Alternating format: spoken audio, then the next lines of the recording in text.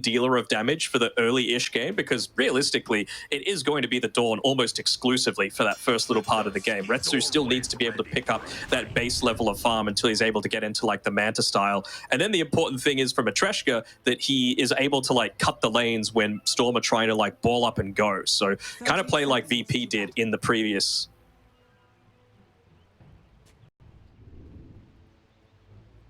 Do you like this as well from Nature's Prophets as a whole? Seneko instantly TP'd mid to drop the Absorb Ward on the enemy's cliff. At least the games that we saw in China with the Nature's Prophet leveled up, it was the Sprout straight away level 1. I don't think we saw any teleports. I think the only time that you see the teleport leveled up first is when you're going into like a carry Nature's Prophet, just because you are able to get that bonus damage from it as well. You can see, speaking of the Nature's Prophet, he's in there trying to put a little bit of the extra harassment in onto Melis, but I mean, it's just so annoying, right? Plus 30 damage at level 1 for a Nature's Prophet. How are you supposed to trade into that? It does have a very long cooldown though, so it's not going to be too much of a factor for the start of this laning stage, but still feels quite annoying. Wonder what the skill build as a whole is going to be for him once he gets his levels too, because we saw a lot of the position 4s honestly going like a 2-2 build and then keeping 2 points in the Sprout and starting to put more emphasis in the Nature's Core. So we'll see what Seneko is going to look to opt for. But really, my attention, it's going to be around that mid lane. Like you were saying, you know, to start the game for Nicky Cool, he's playing a lot of the Earthshaker, the Tusk, and the Zeus. Well, we get one of those 3 against the ever so strong Invoker at the moment. And I mean, you asked me maybe who I felt, you know, had a shining previously yesterday for Matreshka. You said Laguna. I thought Nadinawa looked pretty decent in some of those games. So we'll see how he's going to be able to perform this time on the Invoker. You did hesitate though. I did hesitate. I mean, they got blown out of the water. They did. So, like, if I'm going to give it to anyone, you know, I would say, like, yeah, Natty had not too bad of a couple of games. Natty, Pog. So, this bottom lane looks... this could be a really good test as well for how strong the Nature's Prophet is as support. Because a Dawnbreaker and a Grimstroke lane sounds devastating for Katie. It does, and I'm a little surprised, honestly, that Seneko doesn't have a Blightstone picked up for this early game. I mean, you go for a Blood Grenade whenever you're looking to try and, like, you know, out-harass, go for a lot of these kills, but you gotta say, a Faceless Void doesn't really feel like the most kill-oriented hero for this specific laning stage. You want to be as far away from these two heroes because the damage output from Melis and Laguna is going to be incredibly high. So, and you just consider what a Blightstone would mean for this lane as well. Grimstroke doesn't have the highest amount. He's only got 3 armor to start with, and the Dawn's only got 4. +1, of course, in the most recent update, so very broken, but... Very true. All you need is, what, +5 movement speed, the Crystal Maiden treatment, and you'll be golden. -5 every time, bro. What are you talking about? Oh, is it minus? Oh, sorry, CM. Too strong. Where is that hero? What's going on with the clone? Is it that what's your actual read of Crystal Maiden? I don't know. I've seen it. The clone's not as bad as it used to be. They increased the radius a little bit, and once you get it, it's like an extra farming tool, right? You just walk up into a creep wave, drop it, and then you can walk away, and the creeps end up dying to the frostbite. So it's a nice little way to be able to push out lanes that you didn't have previously as the CM, especially considering most of them level the frostbite before the Crystal Nova. And lastly, top side, we do even have the Lotus timing as well. So it looks like it's going to be 1-1 apiece. Laguna is able to get the one down bottom. And overall, nothing too crazy. Looks like all the cores are very happy with the start to this game. Everyone's been able to find their farm. And the thing that's really standing out to me is the way that Matreshka were able to influence this lane. I mean, we saw... Was it Natus that went for the sentry block onto the first wave on the bottom side when he was playing the Lycan? I'm pretty sure they did the same thing because the first 2 waves collided underneath the tower first. That's why Matreshka have always been in this really solid position to be able to get a lot of these last hits off and not be too pressured by the Nature's Prophet. Still though, I mean, most of the time you expect to see a Tusk doing really well against a melee hero in the lane, and you know, he's basically even with Nadinawa right now, which is to be expected, right? Was able to get the water in. Looks like Natty was. There's that Sprout into the awkward shards placement. He can try and cut through. Still a bit of an awkward positioning. Nonetheless, they'll get the kill and they'll get a courier as well. So Seneko strikes first. That is that kind of combo that we were speaking about. So he's got that second point in the Sprout now. Just even the extra damage from the teleport, right? It really is a lot. 36 extra damage that you get as soon as you go in, and then as soon as you attack, like the longer the fight goes, and when the surprise factor goes away, you're just a little bit beefier. So don't know why this hero needed it. It was already in a pretty decent place, I thought, with just the change to the Sprout on its own, but well, that's what happens if you can actually get in onto it. And this is what I was talking about for the laning stage, where if you just get put out of position, you could die in a very, very quick manner. And that potential is going to be even more enabled now, I think, with the Soul Ring getting delivered for the Dawnbreaker. So Mellis and Laguna will be able to continue their pressure. Does look like, though, you know, again, top lane going incredibly well between the two. Retsu's been able to find his farm. Same with Dominic as well. Already see that the Ring of Health is queued up, so be able to sustain a little bit. But you were expecting, you know, do we think no Helm Dom just straight into the Scepter for the Beastmaster? Yeah, that was really what I was looking at as well. Like, is this a Vanguard game? Not really. I think you need to be putting a little bit more pressure on the map than that. And if you don't, Naga Siren is just going to get way too farmed and you're not going to be able to open up the map far enough. So I think just the Ring of Health is fine to be able to stay in this lane. But yeah, beyond that, I want to see him pretty much rushing towards the Ags. Maybe you can afford to go like, oh, he's already got the Arcane Boots, so yeah, he should be fine. Seneko? Going to continue to right-click down Laguna. They've already used their round of spells. Dilation proving to be a bit of an issue. Mellis is still going to continue to chase another round of the Celestial Hammer, in fact. Helps secure another kill. So then we are really starting to see the pressure start to ramp up down bottom. I mean, this is the thing, right? Like, they're going for this constant little harass, but you never feel like they're going to be able to get a kill against either the Grim or the Dawnbreaker. That's the main concern, right? The only time Grim's died is when he rotated mid towards the Tusk. The Tusk is the one that did the majority of the work there. Just get a glimpse back onto 1J. Looks like he might be dying. Oh, yeah. Without a doubt, he's not going to be long for this. Well, Dark's the one that gets the kill.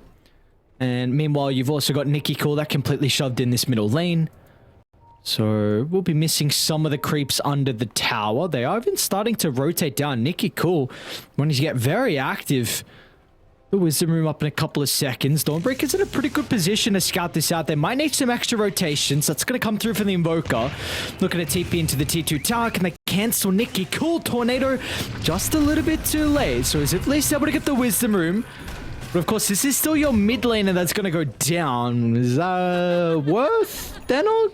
I think it's okay, considering he's the one that got it, so he still gets the net worth, and you also free up a lot more space, once again, for the Faceless Void to be able to pick up some farm. We can see he's going into the hand of Midas, so clearly wants to be scaling in that early stage. And I just want to point out from Seneko as well, he's kind of bouncing back and forth between what item he wants. He's said, oh, I want this Power Treads first. No, I want the Atos first. He's committed a little bit more towards the Power Treads, just feeling like maybe he needs to be picking up his own farm. But I don't know how I feel about this. I really feel like they haven't put anywhere near enough pressure on early to be able to take advantage of the strengths of the Prophet in the lane, as well as to be able to eventually make movements up towards that top side and deal with the Naga, because Retsu's already level 6.5 at 8 minutes in.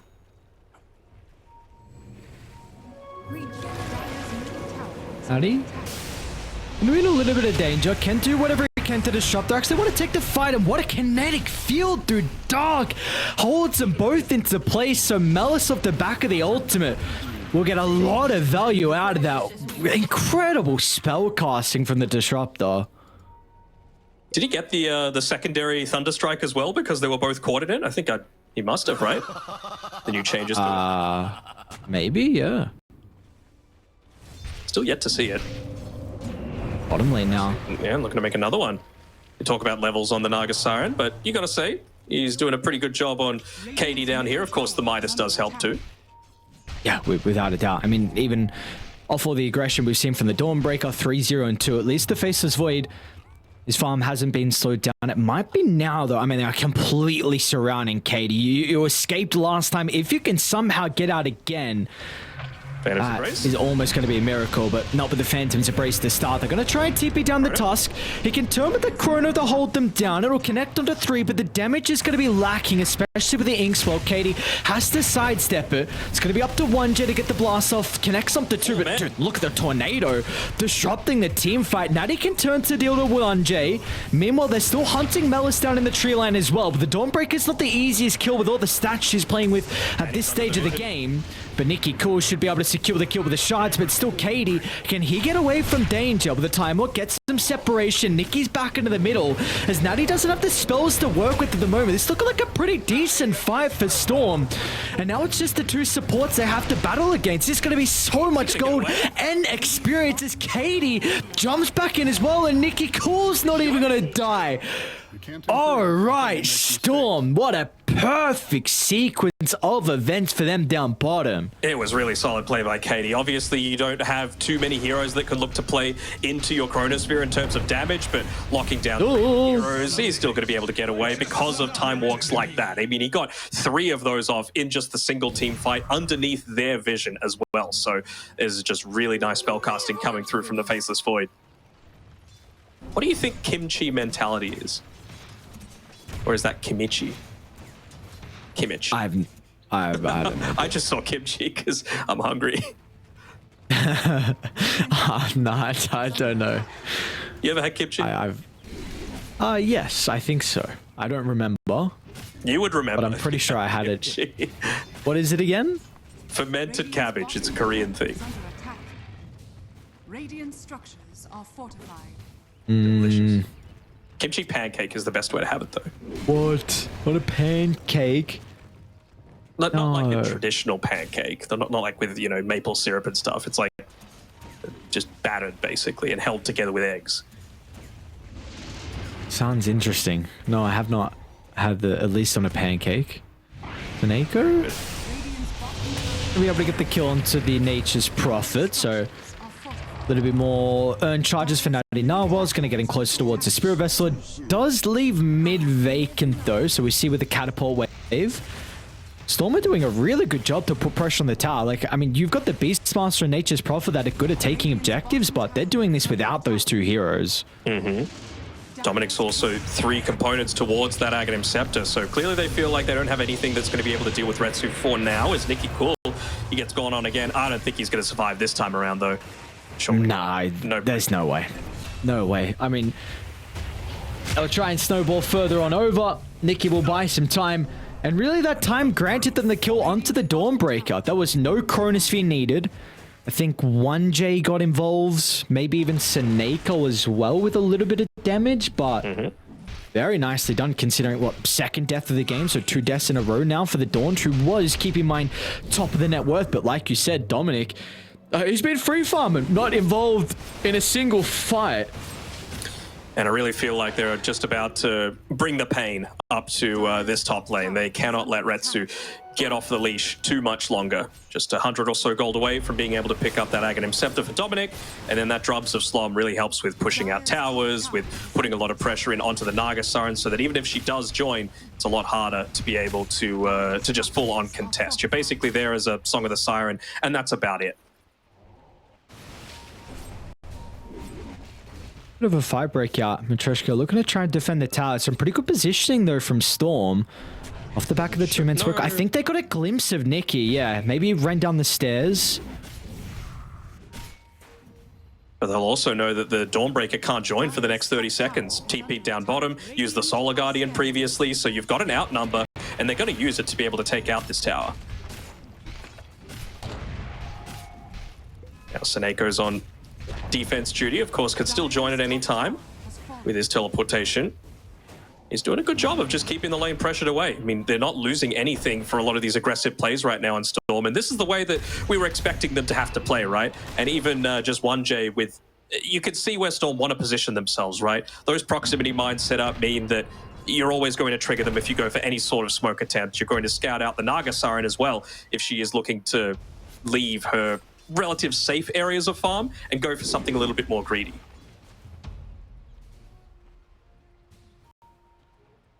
Nearly onto the Maelstrom as well on the Void. Some great timings out of him. I'm very impressed. I mean, all of that comes down to that fight down bottom where Katie was able to live through it all and got involved in the kills, got some valuable experience. So they're actually going down bottom here. They want to try and pick off Melis. They're going to run straight into him. Dominic and 1J. His two heroes, well, I guess especially now with Seneko even considering about coming over. It's actually going to look for the TP. I can stop it. All right, well, they'll use both. TP cancelled and a Dawnbreaker killed. Probably would have needed to use both anyway, so not too much skin off his nose. And, well, they stopped some of the snowball potential, but the thing is, by the time they're able to push into this tower, he'll be alive. He has the Solar Guardian available, and he's got an Echo Saber as well, so he's very capable of taking a lot of fights and being, again, that consistent damage source on the Dawn. They don't have a siege creep to be able to play around with just yet, and maybe they even want to make a move back towards top, considering, you know, you've hit a lot of these early-ish timings, and Roshan's just about to move up there. I mean, definitely now with the blink on Nikki Cool, right? Like, you are without a doubt looking to try and take a fight for Storm. We mentioned that Retsu, like, you can't leave this man farming for too long. This is Manta style now completed for him. He can be cutting waves. I really expect him to. You know, just pop it, put it between the tier 1 and the tier 2 tower up on the top side where Storm are wanting to be playing. They're actually going to go for a smoke of their own. Was under the ward though. Yeah, Seneko just TP'd there to place it. So look at them grouping up. I mean, this is definitely a timing you want to take a fight with on Storm. And it's going to reveal as well the illusion bait coming through there from Nikki Cool on his Tusk. Kind of gives that one away, and he's even going to just blink in. No fear at all. Dominic run head first into them as well. They'll start with the Static Storm. They're not really going to get much out of it, though. It's a really messy engagement for Matreshka. Retsu's going to be forced to Song to get Natty out. Does Retsu TP, though? He's going to be pretty quick. They have the Atos. Manta's there to dispel it, I suppose. Retsu's going to be able to do that straight away. Nice shots, though. This is still looking a little bit awkward for Retsu. He does have some team around him. Solar Guardian to buy some time. They'll get the stun as well. A lot of spells have been committed early on, but the Naga's incredibly tanky at the moment. Retsu finally will end up going down, but Natty's back inside the team fight. 1J should tick out to the Spirit Vessel, but Dominic doesn't have too much to fear. In fact, 1J, he actually lived through it all as well. I mean, just under 30 health. And now they might even get dark. Oh, stepped up way too far. Eats a couple of mines along with a round of axes. And Dominic gets the triple kill. 5-0. This Beastmaster cemented his position on top of the net worth. He has, absolutely. And he's even almost got a BKB completed for himself as well, so there really isn't anything that Dominic is going to be scared of once he picks up into that. Maybe just the Dawnbreaker, but they've been pretty solid at controlling Melis at the start of a lot of these fights. And, well, I want to commend Seneko for that ward placement as well. It just set up everything that was going on there. You know, they were fighting underneath this vision the entire time. Dark's going to get rid of it now, but they don't get that Atos off if you don't have that ward set up right. Back live, Melis. Might be another death onto the Dawnbreaker, really continuing to slow down his game. They'll be able to get the glimpse back onto 2 with Natty setting up, but with only 1 point in Exor, the damage is incredibly weak. And a nice snowball from Nikki Cool, man. We are seeing how comfortable he is on the Tusk. They'll give up Seneko, but his 2 other heroes were able to survive. I think you back off for a little bit if you're Storm. You just don't have any resources on your techies.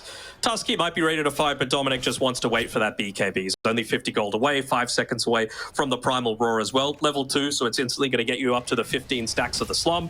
And yeah, I feel like they're just ready to go once more. The downside is, of course, they don't have the vision. And look at that, basically 50-50. It's going to come down to the execution in a lot of these fights. And it really does feel like Storm, they don't have too many more chances to be able to truly take like these hugely influential fights, right? They've got BKBs. They've almost hit one on Katie as well on his Faceless Void. But what can they actually do with it? And how are you going to be able to manipulate the lanes on Retsu to prevent them from actually getting something out of a lot of these early rotations? I think there should be a couple Dark Illusions bottom, send a couple towards mid, TP top, send more illusions up top. That's exactly what you need to be doing on Retsu right now. Has he got Orchid done? No, Mage Slayer instead, okay. Really wants to reduce the impact of this Beastmaster. See how much that's going to come into play, because these fights keep continuing to go this way. This was something that you really mentioned, was the power of Storm's draft, and we're seeing that be the case so far. 6,000 net worth lead. of really just the pressure putting onto Retsu to be able to get the team over the finish line as they do scout him out top lane. I think they're starting to TP in. This is close to a tier 1 tower. They're going to be cautious. Chrono's going to be out. Instant response out of the Solar Guardian as well as Nicky's trying to jump and deal with the Invoker. As Retsu want to use it though, they'll be able to drag back the Faceless Void inside the Static Storm. He's going to have the Song shortly though. He'll run away from the Void, but look at the Void running closer to the Song. So Katie lives through it all. I mean, this is just some incredible reads from them. And now Nicky Cool is going to be able to get Retsu as well. They are still hinting for Katie, but Malice not even going to be able to catch up to him. Is this Void still on? Oh man, dude, he hasn't died this game. He's pretty good with his just awareness in a lot of these fights. I was talking about those time walks down bottom, but you mentioned it, right? Just being able to walk a little bit closer to the left, make sure you're being caught by the Song of the Siren, and make sure that that damage potential is not there. So much damage being output, and Seneko topping the charts actually in that most recent one. It's pretty easy to be able to do it with that Wrath of Nature, and you know, when you're fighting in such an enclosed area, the Sprout ends up doing so much as well. You don't even need to grief your Faceless Void by directly sprouting a target either. You could just put it off to the side and it still is going to do that damage over time. I must say, I think this is probably one of the more convincing Nature's Prophet supports that, at least, like, I was not too impressed with the ones that we saw in China. I think we spoke about this as well. Kaka in game 1, that was the only other convincing one. The ones where they were able to get very active and had a team around them that could also play with the active Nature's Prophet. Like that game, you had an Ember Spirit who was really utilizing the +1 teleport. But I mean, Seneko so far, you know, this maxed out Sprout, like we said, and you're China, they weren't going for that. It was like a 2-2 and then more points in Nature's Call. But we're going to see he's going to scale incredibly well this game. And now you've got Ages in your hands as well. You're going to have a Solar Crest now just completed from 1J. So this Roche goes down a little bit faster. About to have BKB on Katie. This game is just lining up perfectly for StoRm. Yeah, and I think the big thing is when you're picking this Nature's Prophet as a support, you need someone that's going to be able to enable you, right? Like whether that be the Beastmaster with a stun, whether that be a Tusk with a stun. Earlier on, that was who Seneko was playing around the majority of the time, right? He was playing with Nicky Cool as much as he could, or he was just being annoying, playing on the backlines, taking a lot of attention away from his cores so that they could hit these early-ish power spikes and make the most of this timing that they're going to have, because, you know, every minute that ticks by, Retsu's closer towards that heart, and that's the timing that Matreshka are waiting for.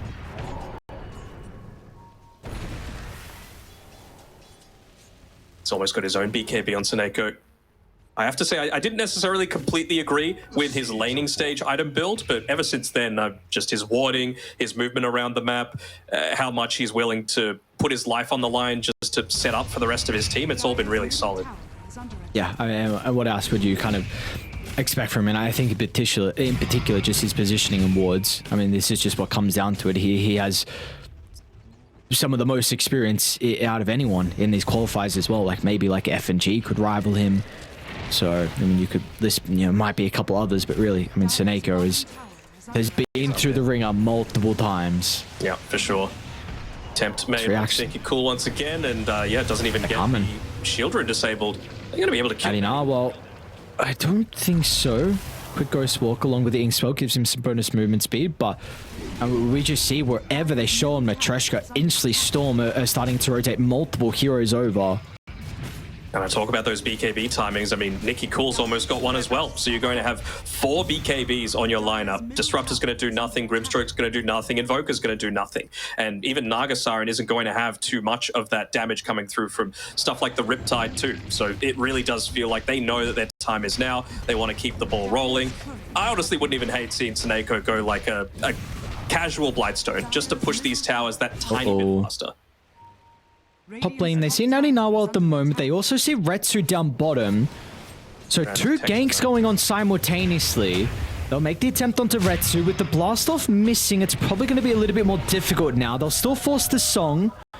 No TP on him though. He's going to have to go through the rift. They can set up now. Dominic, he's running straight up here. No, Retsu is going to enter straight to the Beastmaster, and with the drums, he'll kill off the illusions. Now Natty's here along with the Solar Guardian. They're going to do whatever they can to keep him alive for the moment, but still the other people are starting to come through on the opposite side, as even Seneko cuts them off. but Melis, he can start to turn. The side of Matreshka trying to smoke to the air, but will they get there too late? Now, Ninawa's going to be able to get some distance away. Tornado sets up for the static storm, but again, the damage is a real big thing that's lacking for Matreshka.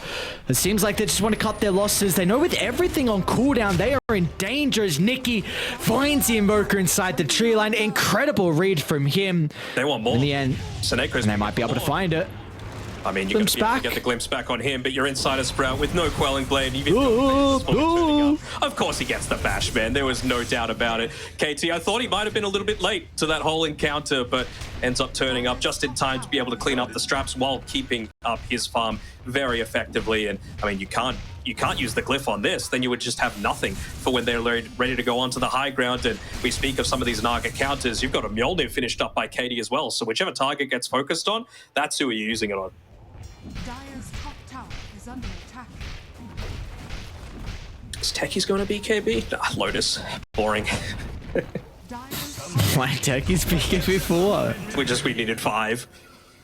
Oh, okay. I asked for Seneko to go casual Blightstone. Drums is just as good. Retsu again? Oh, he doesn't have the song this time. Man, playing incredibly well. Just the read to be down here. I don't know if it was. He can be.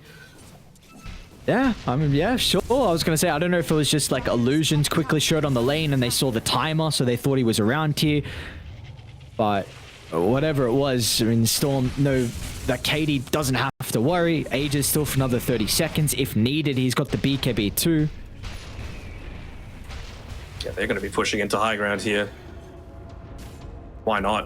You can look to take maybe one last lane, but the bottom lane was relatively pushed out at least by Retsu when he made that movement down there previously, so not going to be able to get rid of that tier 2 tower before the end of this Aegis, but I don't think they're going to care all that much on Storm. They just want to keep control. They want to make sure that the Naga can basically never leave the base, or at least make it very difficult to do so. You might need to smoke just so that you can get out of their base. Hey, did you see if they had any? Yeah, they got one in the backpack of Laguna. Okay. Dire's bottom tower is under attack. Nope. Not going to smoke, but they're going to go as a team and exit the base. But again, like, just consider how much you're losing while all of this is going on. I mean, at least they were able to take their Tormentor, so you end up getting a free Aghanim Shard for the Grimstroke. He had one queued up for quite some time. Feels pretty good, you know, just to be able to toss that one up onto the Dawnbreaker, especially because he needs to do so much right now, Melis, to be able to frontline for the rest of the team. He could just hit up onto his level 15 timing, so a little bit of extra critical strike damage from that Luminosity. They're gonna come back, dude. This building will fall pretty goddamn fast. Icky cool, an aggressive jump. They scout out Naninawa with a solid Guardian's not enough to keep him alive. That's a big kill onto the Invoker. San's gonna prevent the Chrono, but Katie's still able to step outside and find the multi-man, and it's just a clean-up show now. Storm, they forced the buyback out of the Invoker, but Naninawa, he doesn't have the levels nor the items to be able to turn the tides. The snowball keeps Nikki Cool alive. He'll still tick out in the end, but they're looking for the finishing blow as Katie jumps further inside the base. That's a dieback for Natty Narwhal, and they're lacking some creeps. I guess they're doing a good job with cutting the wave, but that's a 19 net worth lead.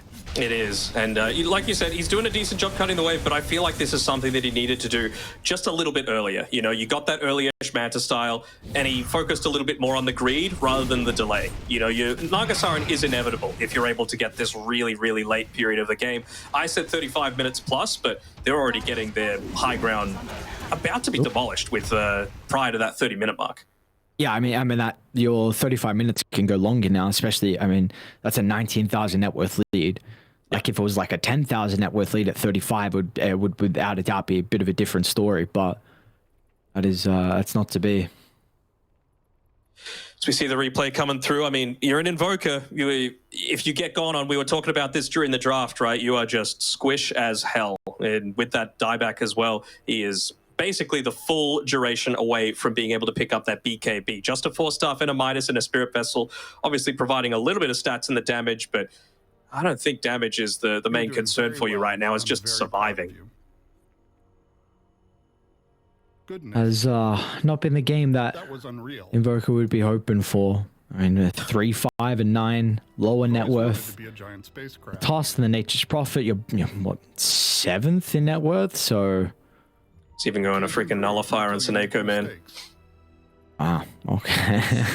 They feel like this Inkswell is the only thing that can give them a little bit of extra safety and security, right? Like, even with the BKB popped on the Dawnbreaker, it's not going to be able to stop that one from being expended, and they feel like at this point they've got the damage to be able to take him out. We even see some more Naga Siren answers coming through. Shiva's Guard being picked up next by Dominic.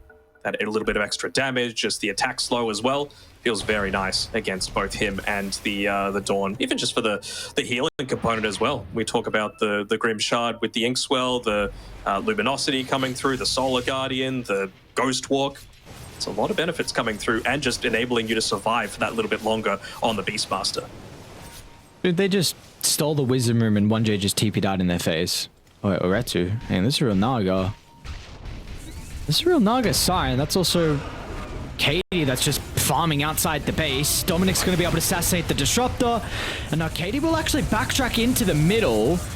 BKB means he doesn't have to fear about the song. It's getting a little bit messy now with Seneko disconnected from the team. We'll see who the initial target's going to be once the song expires. But Seneko, I mean, this is not a support anymore. You know, BKB run away. What are they going to be able to do against him? Katie wants to go back in, but it's a pretty good timing out of the tornado. BKB was used prior. This could be the one opportunity for Matreshka. They'll turn and blow up Katie. And now Dominic as well didn't get too much value out of the BKB. Maybe it's up to Nikki Cool. Let's see how Crafty's going to be able to get on the tusk with the backline jump along with the techies. All right. Nikki was waiting in the wings for the perfect opportunity. And now they've separated the Dawnbreaker with the other components as well. As Retsu will still deal with the techies. They're going to hunt the Dominic on the high ground next. But the drums of StoRm will not make this an easy kill at all. But it looks like Retsu will finally get through the Beastmaster's health pool. And now they're even looking for more as well. Atos will help the disengage. Tornado from downtown. Natty now will again. Much better spellcasting through him inside the team fight. They'll be able to get another kill into Seneko. Meanwhile, Nikki kills. They're still looking for the kill into the TP out, and he should be able to make it as well as Retsu. Doesn't have the physical damage at this stage of the game. So in the end, I mean, that's a pretty goddamn good fight for Matreshka, all things considering, though. I mean, that was all Natty Narwhal for mine. They lose that game if his Tornado isn't on point there. The Faceless Void was winding up the Chronosphere to be able to take out 3 targets inside of the base, but just perfect timing of that allows them to get the disarm off as well, allows them to get the Phantasm Embrace down. He gets out of mana, he doesn't have a BKB to be able to use, and suddenly they have a very slight chance of coming back into this one. You saw there on the recap that it was 1,700 gold that the Naga got delivered to herself. So now she has the full heart, and she's a good duration towards that Bloodthorn as well. The Invoker getters too. I mean, close towards BKB, I think really experience at this stage of the game is probably really another vital thing for you. So remember, when he bought back, he had 200 gold. And now he has 2.8k, so really, really nice fight for them. And just the levels as well, right? This is that rubber band effect coming through. And they probably got, I would say, 2 levels across the board. Radiant are scanning. Roche is up. One more fight like that, and I honestly think that Matreshka might be in the lead. I know that's crazy to say, with it being a 19k deficit right now, but if they win this fight, if they take the Roshan, you can be feeling fairly confident. Is it going to go the same way, though? Because, again, it needs to be perfect. So we will see. Oh, shit. Bugged. What is this bug? It just stays on cooldown for some reason. Even if you drop it and pick it up, it just stays on cooldown. It's really annoying. I'm guessing DC and all that don't do nothing? Don't think so, no. I just say, just give it to me. I'm playing Wyvern. I'll just fly around. It doesn't matter.